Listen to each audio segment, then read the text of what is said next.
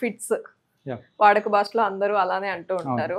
కానీ చాలా మంది అండి ఆ వ్యాధితో బాధపడుతున్న వాళ్ళు కొంతమంది అయితే ఎంబారెస్ అయిపోతుంటారు. అవును. అందరిలో అలా పడిపోవడం గానీ అదంతా. అవును. సో అసలు రూట్ కాజ్ ఏంటి ఈ ఇప్పుడు ఫిట్స్‌కి? చాలా మందికి ఏంటంటే ఇప్పుడు ఏదైనా ఒకసారి వస్తుంది చూడండి. ఇప్పుడు మామూలుగా ఏంటంటే ఎప్పుడన్నా ఒకసారి ఈ ఫిట్స్ వచ్చి పడిపోతూ ఉంటారు చాలా మందికి. దాన్ని సింగిల్ సీజర్స్ అంటామన్నమాట. ఆహా! సో ఎపిలెప్సీ అంటే ఏంటంటే ఇప్పుడు ఒక 3 ఆర్ 4 టైమ్స్ కన్నా ఎక్కువ వచ్చింది. దాన్ని మనం ఎపిలెప్సీ అనొచ్చు. ఎప్పుడో ఒకసారి వచ్చిన దాన్ని మనం ఏమంటామంటే సింగిల్ సీజర్స్ అంటాం అన్నమాట. సో అది మళ్ళీ రావచ్చు, లేదంటే అక్కడితో స్టాప్ అవ్వచ్చు. అంటే మనకి కాజెస్ చాలా ఉంటాయండి. ఇప్పుడు లో బ్లడ్ షుగర్, ఇప్పుడు షుగర్ పడిపోయినప్పుడు కూడా మనకి ఎపిలెప్సీ వచ్చే ఛాన్సెస్ ఉంటాయి. ఈ సీజర్స్ వస్తాయి.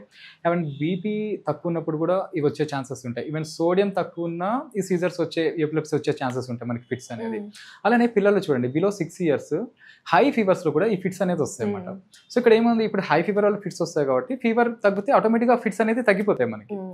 సో అలానే కొన్ని మెటబాలిక్ కాసెస్ చెప్పొచ్చు. అలానే ఇప్పుడు బ్రెయిన్ ఇన్ఫెక్షన్స్లో ఎన్కెఫలైటిస్ కావచ్చు, అలానే ట్యూమర్స్ కావచ్చు, అలానే ట్రామా, ఏమైనా బ్రెయిన్ ఇంజురీస్ అయినా దానివల్ల వస్తుంటుంది అన్నమాట.